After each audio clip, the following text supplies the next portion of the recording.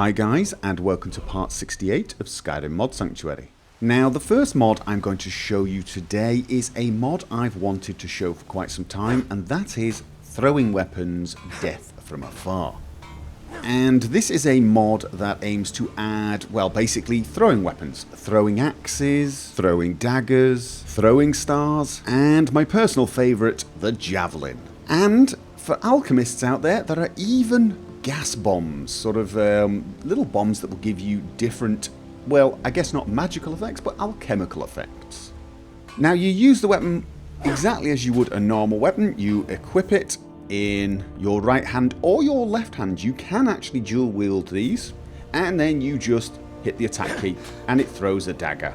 Voila. There is a third person animation which is pretty good and pretty believable, and you do see the dagger flying through the air to hit the target. And it may be a little hard to see, but the dagger never actually leaves your hand. I'm not sure if you can see it. Now it's easier to see with the other weapons. If you watch here, when I throw the axe does fly forward, but there's also still an axe in my hand. It is only a small point really, and it's very hard to actually notice when you're at a distance, but you should be aware of it. The first person effect is perfectly fine. You don't really notice it, and I really do like the axes. One thing you should know is that you will have to judge where to aim based upon what weapon you're using. The axes have far greater fall distance than some of the other weapons. So using the crosshair is not always advisable. I started out by using the crosshair for these, but changed my mind. It actually became a little easier to judge it based upon experience. You sort of get used to where you're throwing and try and adapt accordingly. My personal favourite is the javelin. I've always wanted to throw spears in Skyrim, and in fact for me this was one of the major disappointments when I saw the latest DLC with the Reikling spears, or the Reikling spears, the fact that you couldn't throw them the way they did.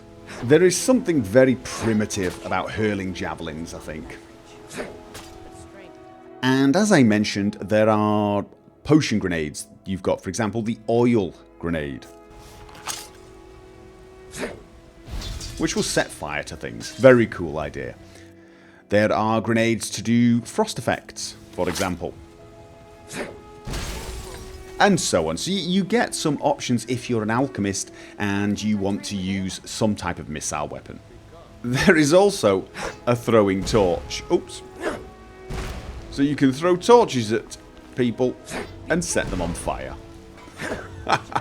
Great idea. And all of these items are crafted at the forge as normal weapons, and you can do different versions: ebony, glass, steel, and so on. You will of course need the corresponding perk. So there are a couple of minor issues with the animations and not releasing the weapons, that type of thing, but you'll barely notice them, especially if you're using the throwing daggers. They're so small you don't really notice it, and you definitely get a far more kind of sneaky thief feeling throwing daggers rather than carrying a great big bow around with you, if you can just get the hang of aiming. And the grenades are a great idea as well. You can have a lot of fun with them. And because these weapons either use alchemy for the potions and one-handed for the throwing weapons, it's a great option for a warrior or an alchemist who has not invested in archery or the destruction school. So this is a great idea, basically doing something that I think should have been included in the game from the start. Very well done. Some minor issues, but well worth trying out. Strangely enough, whilst I was working on the video for this mod, I got a message telling me that the mod author was working on a new version of the mod. He was starting from scratch and rebuilding it. I'm not 100% sure what the complete aims are for this mod, but I gave it a quick try, and I have to say, I'm very impressed so far.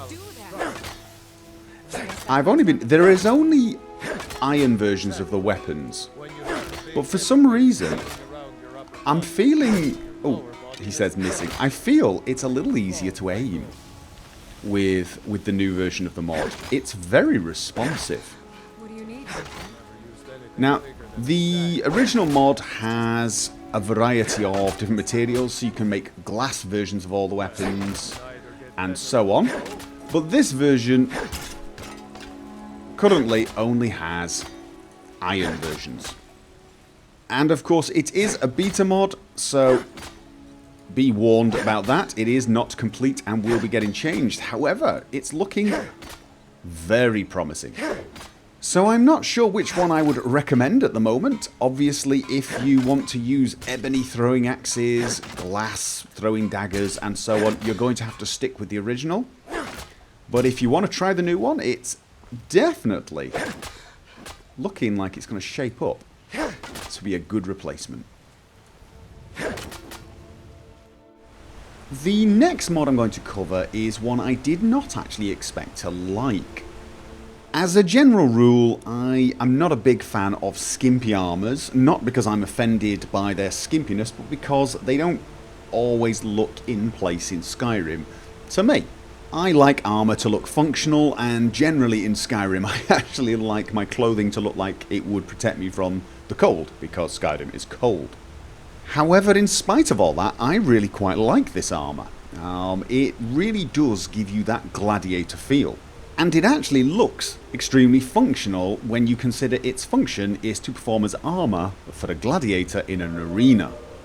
And so whilst you will probably not want to be using this armor if you're climbing up a snow-filled mountain whilst using the Frostfall mod, if you are using a mod that adds an arena to Skyrim, or if you are using a mod such as Tropical Skyrim, this armor is probably a very good choice. And the mod comes with 2 swords.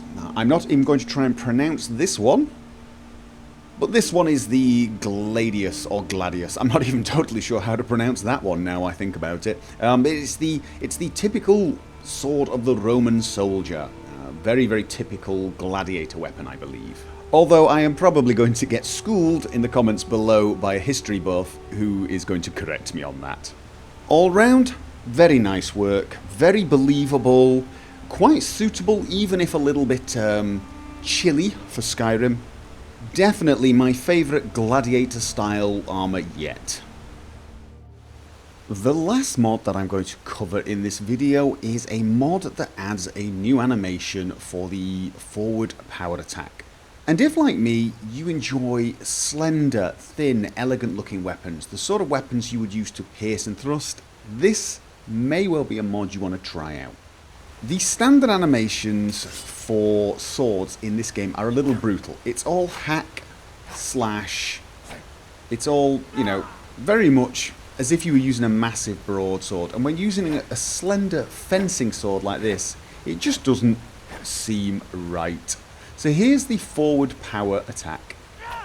I mean, really, it looks like you need an axe for it. It's very brutal, very ugly. And what this mod does is it adds a sort of lunge and thrust. So as you can see, trying to pierce.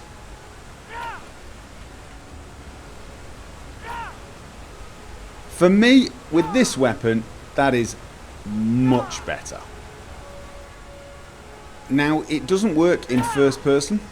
It's only a third person animation. And unfortunately, because it is a replacer, it does replace all one-handed weapons. So you're going to be thrusting with axes and maces. So you are definitely going to have to ask yourself if you can put up with that, because of course, even though you might not use axes, some NPCs will. And when they're attacking you with forward power attacks like that, it might get annoying. But for me, I think this is a good start. What I am hoping is that some talented modder will be able to work alongside the animation modder and somehow separate the animations for axes from the ones for swords. Because that is much better than the default one. Oh, and I really hope we can find some way of making the first person animation, because that would be brilliant. That's how I play most of all. Okay, well there are no more mods covered in this video, but if you want to check out another Skyrim mod, I did a Skyrim preview video this week about the Skyrim heart rate mod, which is a very, very interesting immersion type mod. Check that video out for full details. And of course I will do an installation video for the mods covered in this video, and I will put a link to that video right here. However, these mods were very, very easy to install, so honestly that video is probably going to be fairly basic. Anyway guys, that's it for this video. We're going to end as always with some screenshots that you guys have posted.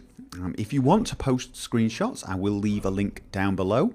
You're more than welcome to post them. I try to get as many as I can on each video. They're really great, way better than I could do, so I do appreciate you guys posting those. I hope you found the video helpful and enjoyable. If you did, remember, please click the like button. I always appreciate that. And I look forward to seeing you guys for whichever video you decide to join me for. And until then, as always, have fun.